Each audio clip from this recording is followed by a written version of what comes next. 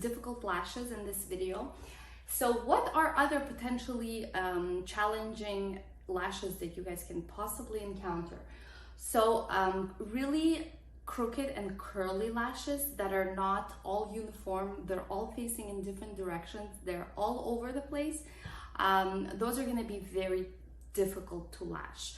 So the two issues that you're going to encounter with these types of lashes are going to be direction. So it's going to be direction, how to make sure that your direction is good. And the second one is actually going to be retention.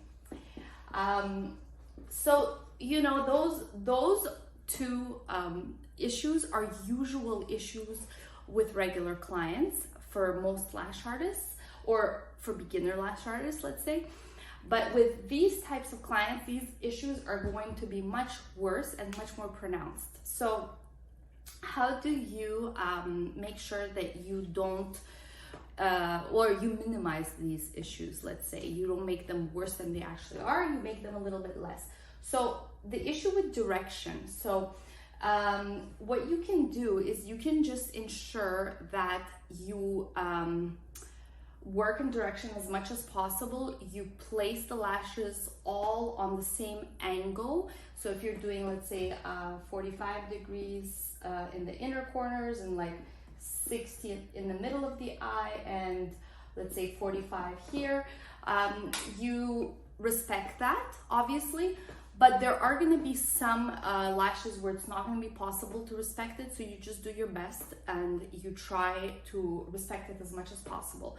But like, for example, if most of the lashes are facing this way, you're basically going to try and apply the extension from the left on most of the lashes. So let's say in this part of the eye, you just apply the extension on the left, on the left, on the left. It's not possible to apply it on the left, you put it on the right or on the top, and then you just continue on. It's definitely not going to be perfect, but like I said, like you're not working with its reality, so it's not going to be like picture perfect necessarily.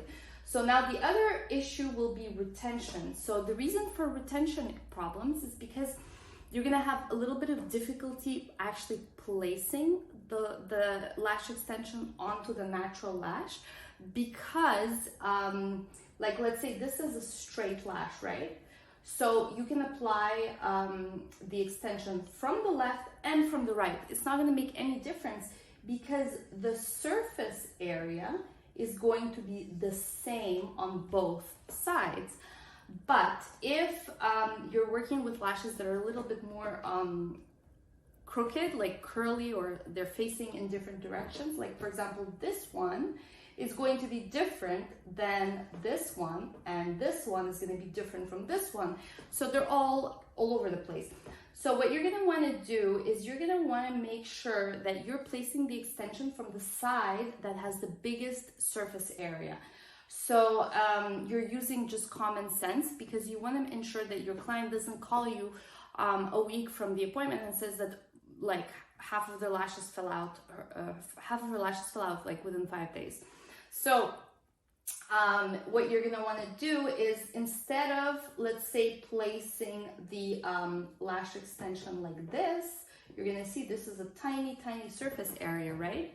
You're gonna want to place it like this here. And so here you're gonna have a larger surface area, and you're gonna do that throughout the entire set, keeping in mind direction as well.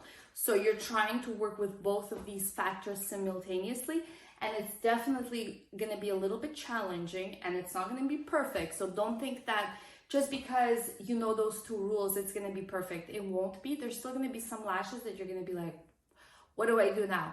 But as long as you're keeping these two factors in mind and you're trying your best, this is going to be the best you can do.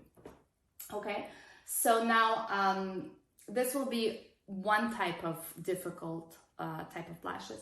Now the other one, which is very similar and is going to have the same type of issues, just from a different cause, is going to be after a botched lash lamination procedure.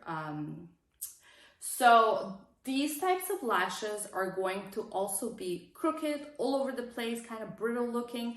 Some lash artists don't want to lash those types of lashes because of the risk involved, and I agree with that. However, you know, depending on the degree of the damage, you have to kind of assess the situation yourself and see, okay, what are you going to do? In most cases, the client should return back to whoever did the botched procedure in order to have some treatments before they should get eyelash extensions done. However, if they have all done everything and they're still coming back to you like months later and their lashes are still like a little bit on the crooked side, a little bit fried, let's say, but it's already getting better and they're wishing for eyelash extensions, you're gonna wanna keep these two factors in mind because they're gonna have very similar types of problems as we just discussed with clients that have very unruly and curly lashes. So keeping in mind direction and retention, and applying the lash extension properly as well in terms of those two factors. The other thing that I forgot to mention for the previous issue, as well as for botched lamination procedures, what you want to do is you want to avoid anything above a 5D. So you don't want to do any kind of sets which are going to be more than 5D. So you should do like a 2D, 3D, 4D. 5D would be the max. I would go depending on how damaged the lashes are or how curly they are, simply because you want to ensure here that, you know, you're as the lashes grow out, the larger fans, like the 6D to 10D fans, they're really going to look out of place and they're going to start drooping. So this is going to be